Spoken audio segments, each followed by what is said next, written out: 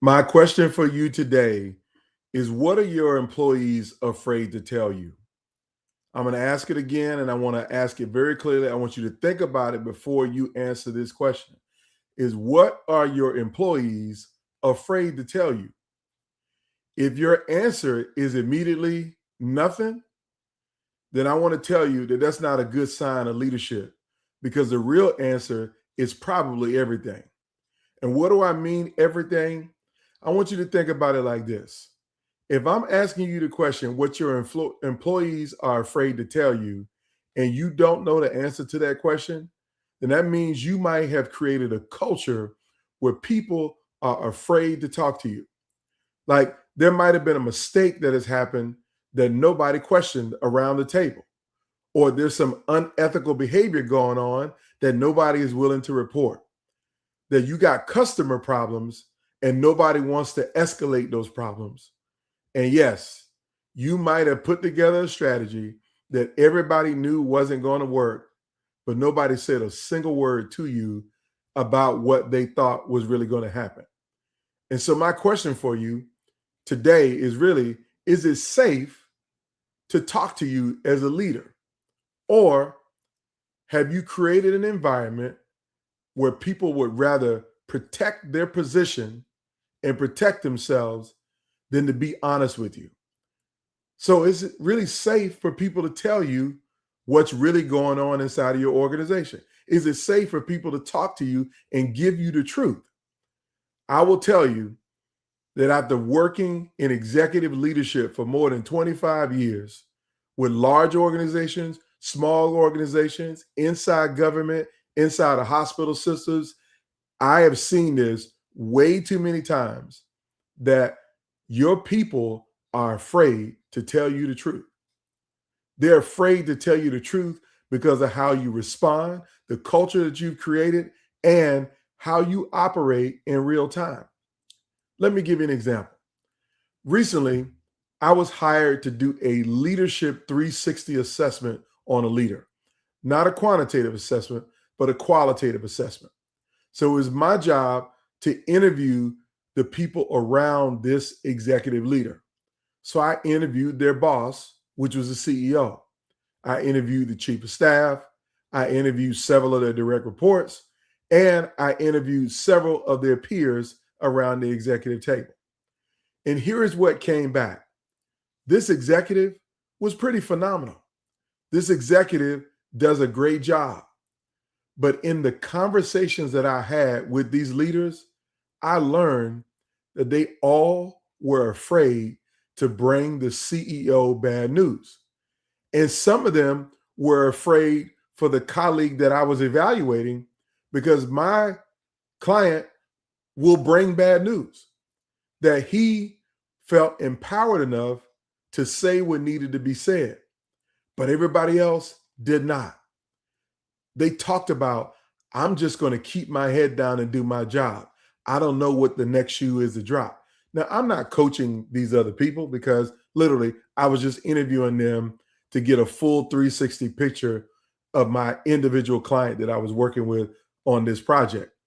But what I heard very clearly is that there is an organizational culture that is not safe. It's not safe at all.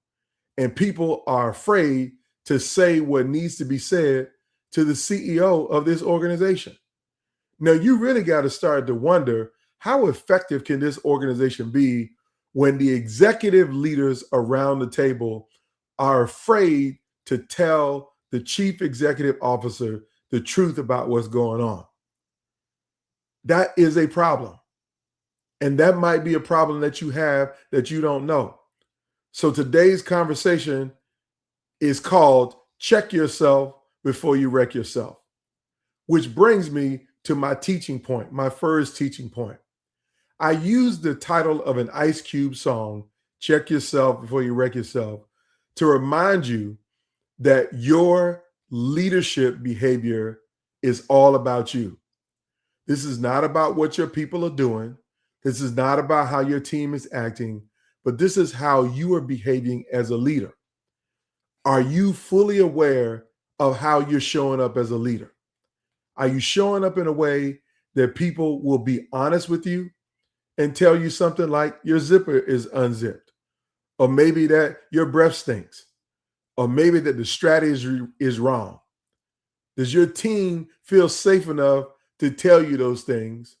Or do you have the type of behaviors in the workplace that makes people respond to you negatively? You need to ask that question.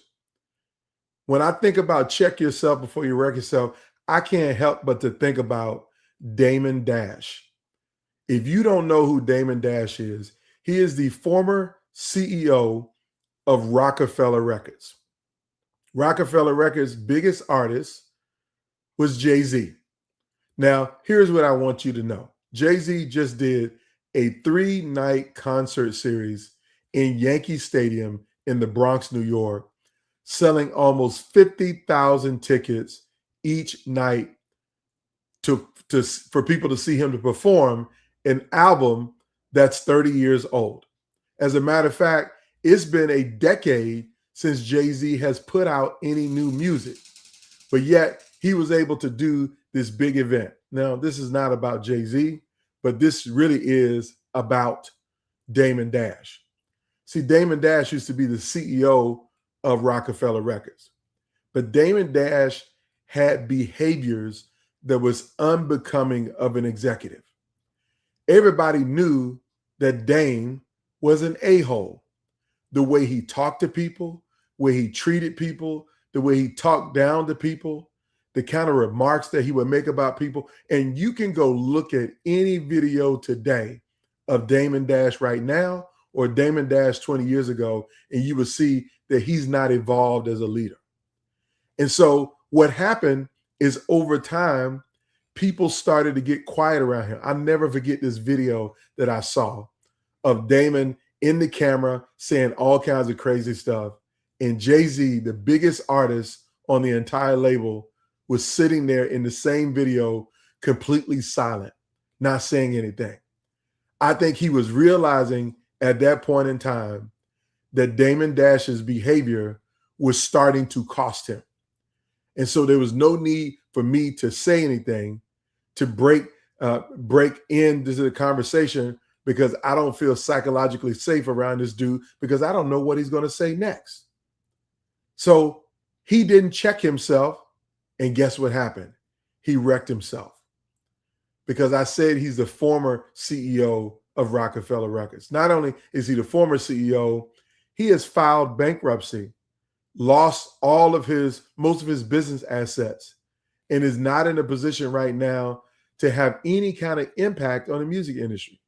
Instead, the only thing he can do is get online and make videos complaining about how Jay-Z is disrespecting him because Jay-Z cut him out of the company that they co-founded and had together. Well, that happened because he was a leader with behavior that nobody wanted to be around, that everybody was afraid to check. So my question for you, are you that kind of leader that people around you are afraid to check you? That your behavior is creating an environment where people don't feel safe to say anything because of your behavior. So you got to really think long and hard. What are you doing to create an environment of safety for people around you? If you don't know the answer, if you get asked the question, what is my team afraid to tell me?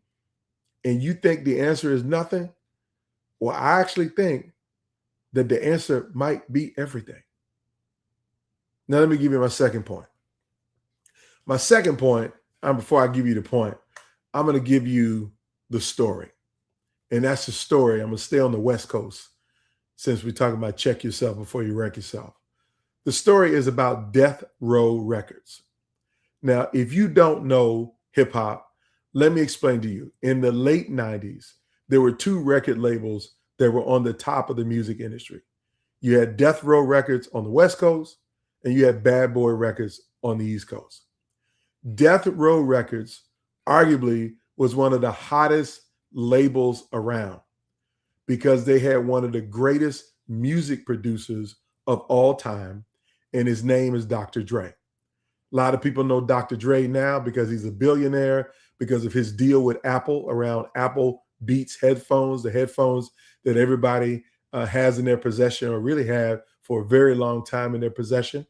Dr. Dre was an excellent producer. He was like literally one of the most talented producers in the music industry. And every artist wanted to work with Dr. Dre. That made it easy for Death Row Records to attract the top talent on the West Coast. They had Snoop Dogg, they had Tupac, they had all kinds of great artists, Lady of Rage, so many great artists that they all wanted to be on their label. But here is the challenge of why this went wrong, is because there was a culture of violence at Death Row. There was a culture of greed at Death Row. There was a culture of criminality at Death Row. And that culture made it a bad environment for someone like Dr. Dre to do his best work. But he never felt physically safe or psychologically safe to say anything. And so my point to you is, what is your culture like in your organization? Like, if you were to get some bad news, are you going to blow up at people? Are you going to create a culture where people want to stay because it's good? Or are you going to create a culture like the one that Death Row created, which eventually saw their number one asset, Dr. Dre, leave the label? They also saw one of their top artists die, Tupac Shakur. And then Snoop Dogg left the label. The culture of Death Row was toxic. And it all starts with leadership. So my question for you is, what kind of culture have you created? Have you created a culture where people are afraid to speak up? Have you created a culture where people don't want to tell you the truth? Have you created a culture of unethical behavior? Have you created a culture where your top talent is looking for an exit? They're trying to find a way out. Maybe you're trying to find a way out because you don't know how to fix the culture that has been created. My challenge to you is, you got to focus on the culture. Now, the third way to explain this challenge that I've seen happen in the organization, and I'm going to stay with the West Coast, is I'm going to stay with Dr. Dre. I mentioned that Dr. Dre is one of the greatest producers in the world. And he was famous for the following reasons. And when I say famous, might be infamous to some of the people who worked with him, is that a lot of artists, particularly hip hop artists, think that if I write my rhyme, if I wrote my verse, I can just walk into the studio, record it in one take, and walk out, and that's the song.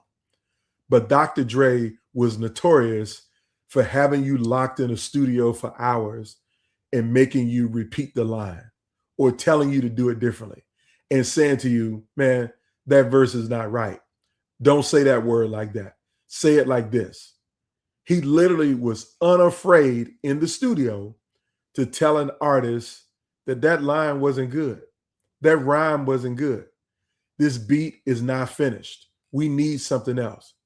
He was a very intentional person in the studio.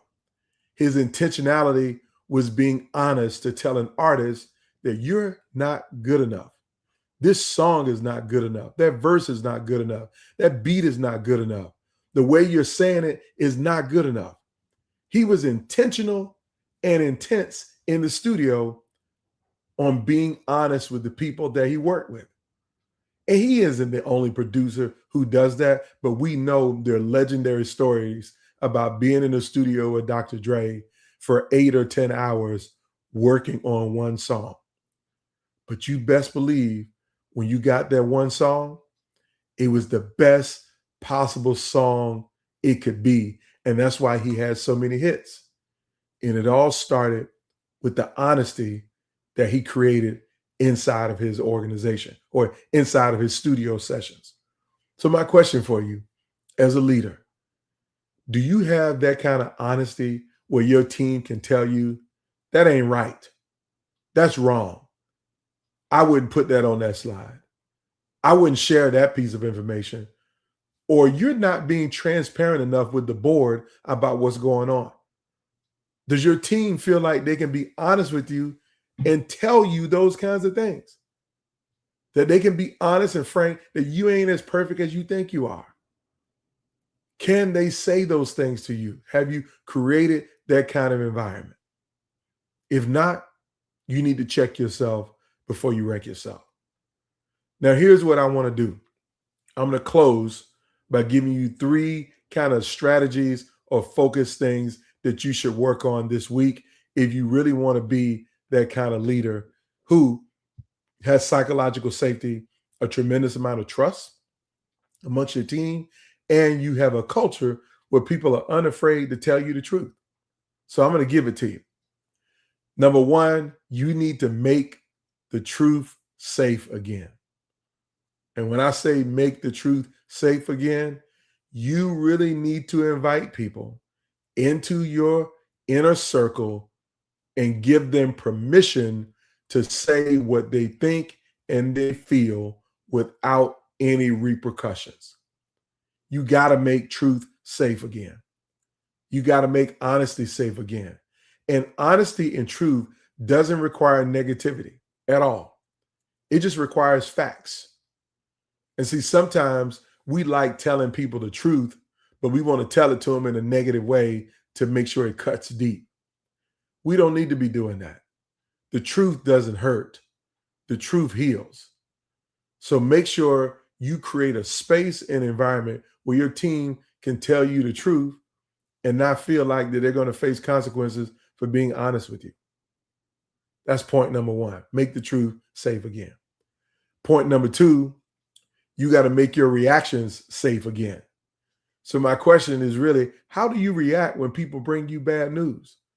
When people talk to you about things that you don't like, things that are disconcerting, things that bother you, things that are not good information, how do you react? Do you give no reaction at all? Or do you give it a reaction that says, thank you for bringing me the bad news. Thank you for telling me the truth. Thank you for sharing that with me. Thank you for telling me that. And you not overreact, have a negative reaction. That you can't let your highs get too high and your lows get too low when people bring you bad news. You got to make your reactions great again. You got to be great when it comes to people giving you the truth. That's the second thing. Now, here's the third thing. This is the important thing. You need to learn how to be humble as a leader. Now, when I say humble as a leader, it is bringing humility into the culture of your organization. Are you the kind of leader that are humble? Or are you the one that got an answer for everything? Are you the smartest dude in the room? Are you an a-hole like Dame Dash?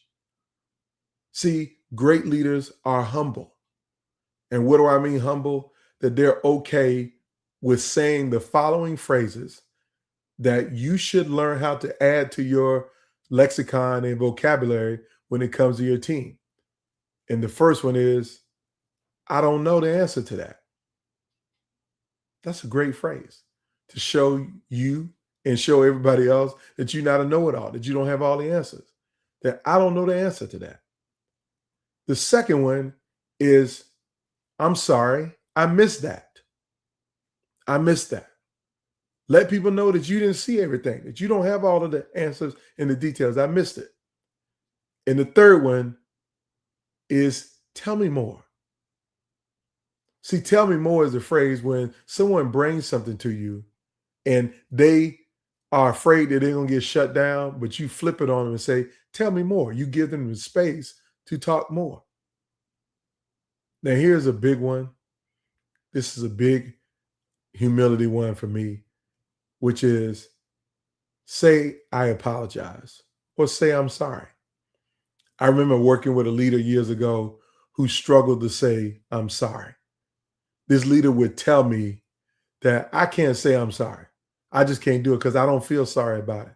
And I'm like, then you got some work to do. If you can't say I'm sorry, you got some work to do. So that's the third one, is you got to bring some humility in the organization. So I just wanted to share this with you today because I think it's important that every leader needs to check themselves before they wreck themselves. And the operative question is, what are your employees afraid to tell you? If your answer is nothing, then it actually might be everything that they're afraid to tell you. So you got to really check yourself before you wreck yourself. Check your behavior, check your culture, check whether people feel safe being honest with you. You got to create that kind of environment. If you want to become a leader that everybody admires, if you want to become a person who builds a world-class culture and ultimately become that type of leader that people will refer to as legendary, you can't do it if you don't regularly check yourself before you wreck yourself. So I want to thank you for watching LinkedIn Live. I will see you all next Wednesday, same bat time, same bat channel, 9 a.m. East Coast time. Everybody have a fantastic day.